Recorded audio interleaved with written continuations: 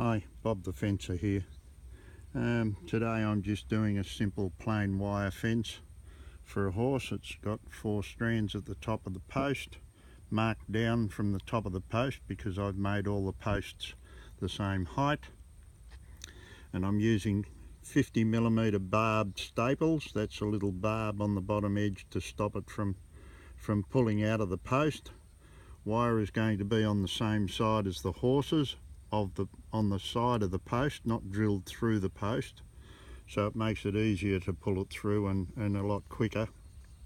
And when I put the barbs, the staples into the post, I put them in at a slight angle so it doesn't actually split the post or split the timber where the post is, where the staple is going into the post.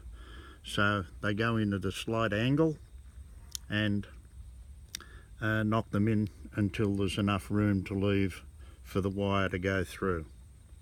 Okay, see you soon.